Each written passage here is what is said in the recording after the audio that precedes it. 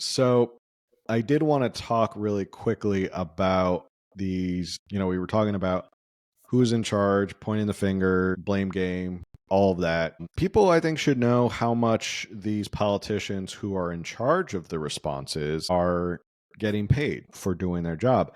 And maybe people might look at how much they're getting paid and say, I don't think they are worth that much money, or they're not doing their job well enough to warrant that much money. Open the books, put out an article or a blog post, and it went over some of the pay.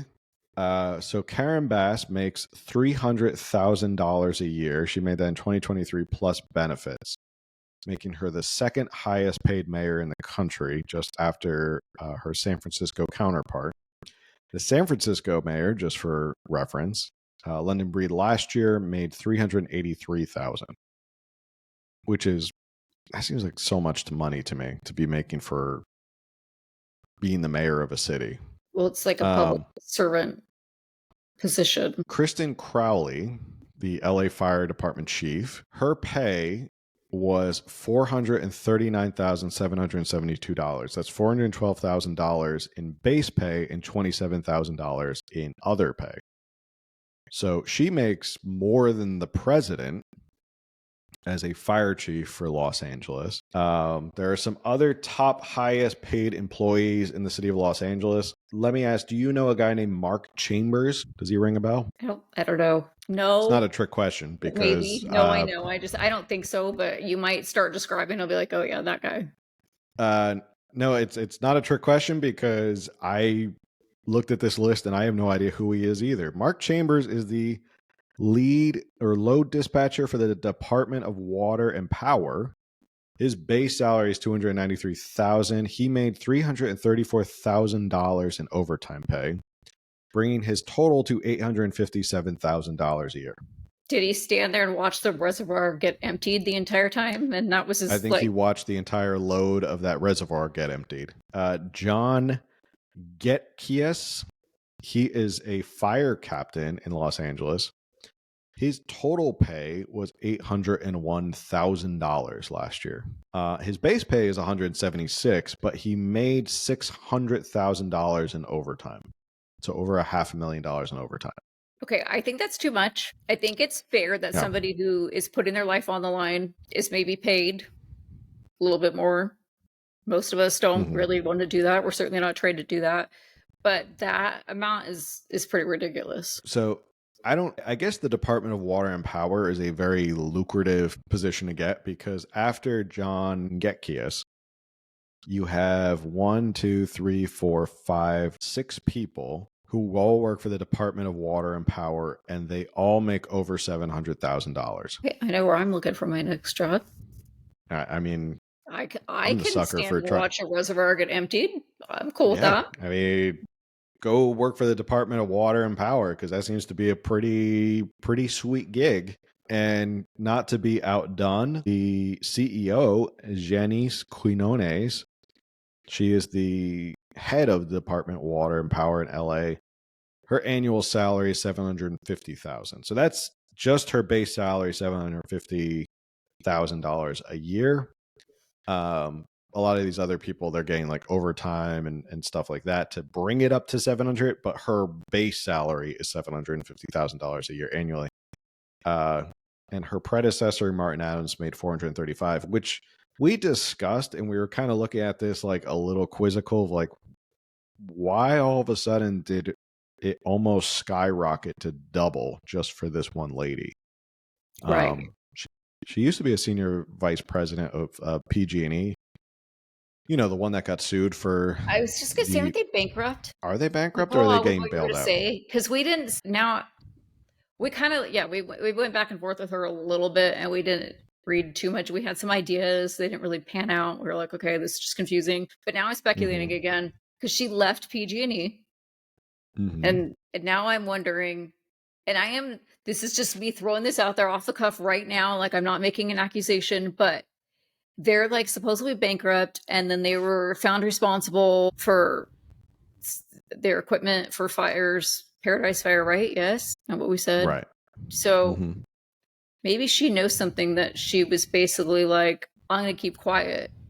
Here's my That's my salary demand. Something stinks to high heaven with her. Why she came over from PG&E, a public utility that just got sued into oblivion for wildfires, then gets put in as the CEO of the LA Department of Water Power at almost double the salary of her predecessor, which is an enormous spike. And then she's the CEO with the biggest wild, and it's probably coincidence. I'm not saying that this was all, it just happened that she was also at the helm when the biggest wildfire in LA happened. Right. I'm not blaming her for the fire whatsoever. But it is weird. It is very weird. We tried to look up, like, did Karen Bass get a lot of donations from PG&E? Which I don't know. There were some, not much, not It wasn't really enough to warrant giving her that cushy job. But I still think something's out there. I feel like there's a story there as to, like, why is she getting paid so much out of the blue? All right. So speaking of water and Department of Water and Power, everyone's been asking, why don't we have more water? If y'all remember, Prop 1, which was a proposition that we passed over 10 years ago, 2014, was to address this specific question. This is from the LA Times, January 19, 2023, asking about, well, why are we not building reservoirs as fast as possible? The article goes on to say California voters approved a ballyhooed $7.5 billion bond issue 8+ years ago, thinking the state would build dams and other vital water facilities, but it hasn't built zilch. True or false? No dams have been built. That's true, but 1 will be and 2 will be expanded, and hundreds of other small projects have been completed. So they are making progress on these reservoirs, but not as fast as you would think over 10 years. Sites project director Jerry Brown, no relation to the former governor, who lives nearby on his family's ancestral ranch, seems satisfied with the project's progress. We're rolling along, he told me. By the end of 2024, we should be all squared away and able to initiate construction in 2025. That will take 6 or 7 years, which is insane to me that we passed this in 2014. It took 10 years for us finally to be squared away to start construction right now in 2025. And this is going to take 6 or 7 years. I don't think the California voters signed up for a 17-year process for this. No. And then, especially after our record rainfall last year and the year before, I mean, we were like on here being like, it's still raining. Do we live in Seattle? Like, I love the rain. And I was like, okay, sun, so please. But yeah, I've lived in California my whole life. And I remember like my earliest memory of like massive rain. I was 7 years old, and I swear there's a VHS tape of it somewhere because my mom did pull out the video camera, and like we were out playing in the rain, my sisters and I, and my mom's explaining to us, like, in California, this is how it works. There's usually a 5 to 7 year drought, and then we get a few seasons of rain. And I just could never understand why we didn't have enough water storage to store it for. We don't even need to, like, sure, there's probably a level of treatment that needs to happen because we don't want some massive water storage just like breeding mosquitoes like crazy. But it doesn't even need to have to be treated for us to drink from. Like, it just needs to be available water that we can use for fires. And I know there's more to it. Like, we talk about if only the reservoir was available, and a massive plane has to come and collect the water. And I get you can't just snap your fingers and the plane is there. Like, there's, I do understand all that. But still, the water was right nearby, or should have been right nearby, but it was empty. And if we had more of that, and it's like, here's, this reservoir, this neighborhood, like, fires are never going to be a non-issue, but preventing them and proper treatment could go a long way. If you think about that article we just read from the New York Post, it's not surprising it took 10 years for them to get squared away just to begin construction. When if you step on the wrong weed, the California Coastal Commission is going to come in and like tell you to stop and do everything. Like, they have to do a whole report and they have to do everything. So it's not surprising it's taking this long. You brought up a point that has been in debate this past week regarding Congress saying that they want to put conditions on any federal aid. And I know that's become a political football that people are punting back and forth. I kind of don't think it's a bad idea. And here's my rationale for why. They try to compare this to stuff like what happened with the hurricane in North Carolina and what happens in Florida, or what happened in Texas with the freak snowstorms that never happen, or the ice storms that never happen. When a hurricane comes to Florida, there's nothing Florida can do to stop or mitigate the hurricane from coming. Basically, you're on alert. You get out, you board up your house. Like, hopefully the houses are built strong enough to withstand hurricanes. That's sort of it. Like, your infrastructure is built for the fact that you're going to get hurricanes every year, and you know that. But there's nothing you can do to stop a hurricane. And to your point, which is wildfires are going to be a part of California for eternity, unless all of a sudden some ice age happens or something. It's going to be here with us as long as we're around, but you can take proactive steps to mitigate wildfires. And I think that's what Republicans in Congress are saying is, we're not just going to write you a blank check and give you all this money. Like, you have to start investing in more water storage. You have to deforestation. You have to do controlled burns. Like, you have to do all these things so this next time something happens, it doesn't burn 30,000 acres of Los Angeles County. Like, that's what I don't think it's necessarily a bad thing to say, like, okay, California, like, it's time to get serious about wildfire prevention.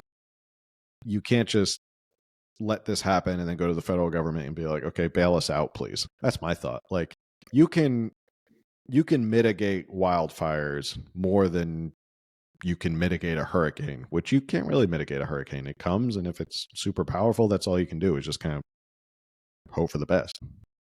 I don't think it's reasonable. What do you think? I'm going to get to your point in just a second, because I wanted to go back to what we were talking about with the infrastructure and the taking time to build, because we also have earthquakes. We can't prevent earthquakes.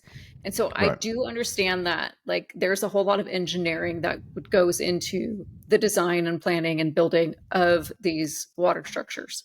So I understand that takes a few years, but yes, 17 years, no. Okay, back to the Congress. And then, of course, right now, a lot of people are saying, well, Trump said, X, Y, and Z.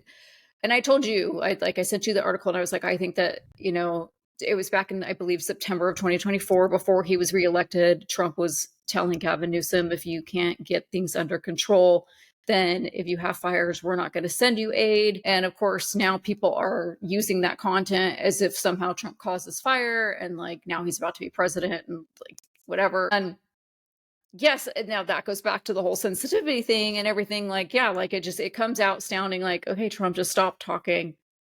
But then Gavin Newsom goes on the defense of that. Back to Gavin. If we had proper infrastructure and plans and management in place, Newsom wouldn't have to be so defensive. Right. Like he would have said, hey, Trump, like, why don't you come out to California and I'll give you a tour of everything we've got going on and what we're doing to prevent all that. Mm-hmm. Like, I want to reassure California we're on top of this. But instead, This is being used as like a Trump and Elon Musk, because Elon Musk owns X and is allowed to say what he wants to say on his platform. Like, now they're responsible for this fire. And it's like the left is like trying to, be like, let's focus on Trump and Elon instead of the problems that actually are happening here and who's in leadership here. I think the whole blaming it on Trump is falling flat. And I agree with you. I think the fact that he's so defensive, it's like that old Shakespearean quote, the lady doth protest too much, methinks, or something like that. Like, he wouldn't have to be so defensive and come up with this whole website and be like, oh, look at all the great things that I've done. But I think the Trump thing falls flat because he's not president yet. Like, this happened while you were governor and Biden was the president. And like, you were bragging years ago that now with a cooperative administration, wildfire prevention would be bolstered even more. Like, it'd be strengthened so much because now you have a friend in the White House. Like, there was a whole press conference about it, years ago when Biden got elected. And, yes, it's days away. We are days away from Trump being inaugurated. He's still not the president. Like, he hasn't been president for 4 years.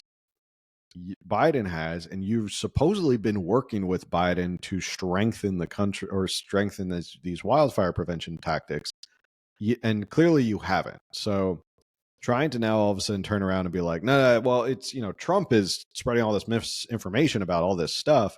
People are kind of looking at you going like, really, dude? Like, Trump? Like, you're going to blame Trump for wildfires? Like he's not even president yet. And like, what does he have to do with any of this? Like, Trump caused the wildfires, and for you to did Trump cause Karen Bass to go to Ghana and be like away from the city when this all happened? Like, did Trump order that reservoir to be emptied in 2024? Like, Trump didn't have anything to do with this.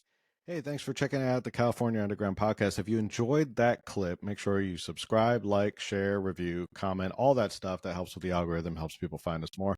And if you want to learn more, you can always listen to our full podcast at Apple, Spotify, Google, all those different places that you basically find podcasts.